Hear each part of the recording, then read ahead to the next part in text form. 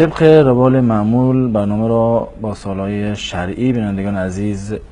آغاز میکنیم و بعد میریم سراغ تماس های تلفنی بینندگان عزیز. جناب مولانا، بیننده پرسیدن که آیا اگر زنی به شوهرش بگوید مرا طلاق بده، شوهر بگوید باشه و از روی عصبانیت بگوید دادم، آیا این طلاق واقع می شود و چند طلاق است؟ بسم الله الرحمن الرحیم و به نستعین و صلی الله علی نبینا محمد و علی آله و صحبه اجمعین. در مرحله اول تقاضای طلاق کردن بدون نیاز، بدون اینکه انسان مشکلی داشته باشه و مصلحت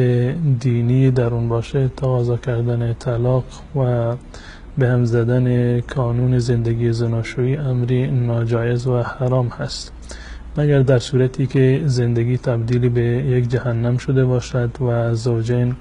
نتوانند که ادامه بدهند یا ادامه زندگی به معنی زیر پا گذاشتن احکام دینی و فرایض شرعی باشد که در اون صورت می توانند که از همدیگر جدا بشوند. و وقتی که ایشون سوالشون این بود که اگر که شوهرم طلاق داد، زن تقاضای طلاق کرد، گفت منو طلاق بده، شوهرم گفت که طلاقی یا طلاق دادم، این عصبانیتی که در سوال اومده این معیار نیست، زیرا معمولا یعنی طلاق دادن با خوشحالی نیست، با خنده همراه نیست، حتما در پی درگیری هست و با صدای بلند شدن صدا هست و با ناراحتی اتفاق میفته و عصبانیت یک معیار خاصی رو داره. اگر عصبانیتی بود که انسان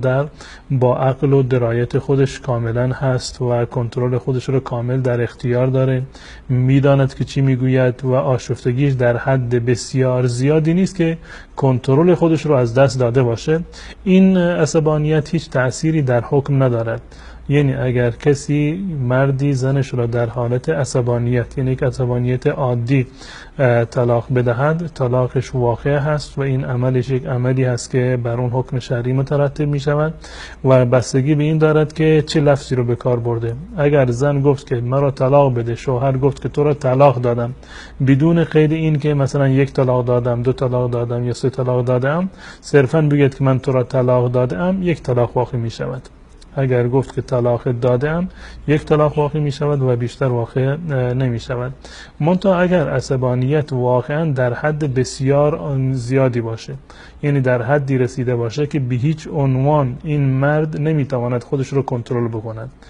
و خودش هم نمیداند که چی میگوید، بعد از این که عصبانیتش فروکش کرد، اگر بهش گفتند که تو زنت رو طلاق دادی، یادش نبود اصلا، یعنی قبول نمیکرد که چون این کاری رو انجام داده. بینه و بین الله معیار برای ما وقتی که به کسی فتوا میدیم، حکم شرعی رو بیان میکنیم، حرف خودش هست، ما از قلب کسی خبر نداریم. اگر واقعا در حدی رسیده بود که یک طلاق غیر ارادی داده بود، در این صورت طلاق واقع نمی شود. یا مثلا میخواسته که یک حرف دیگری رو بزند، مثلا میخواسته که بگوید من طلاقت نمیدهم، تا قیامتم طلاقت نمیدم، اشتباها و از روی خطا و سهم به زبانش اومد که طلاقی، یه میخواد که یک حرف دیگری رو بزند، طلاق بر زبانش اومد، در این صورت طلاق نمی شود. اما اگر با تصمیم اراده خودش طلاق داد، ولو اینکه در حالت عصبانیت بود و عصبانیتش در حدی نرسیده بود که کاملا از خود بی خود شده باشد، در این صورت طلاق واقع می شود. اگر مطلق گفته باشد که طلاقی، همان یک طلاق واقع می شود. اگر قصد نداشته فقط بر زبان بیارد، این مهم است، این قصد هم باید داشته باشه. نه، در طلاق و موارد دیگر شبیه این قصد لازم نیست. وقتی که لفظ طلاق رو بر زبان آورد،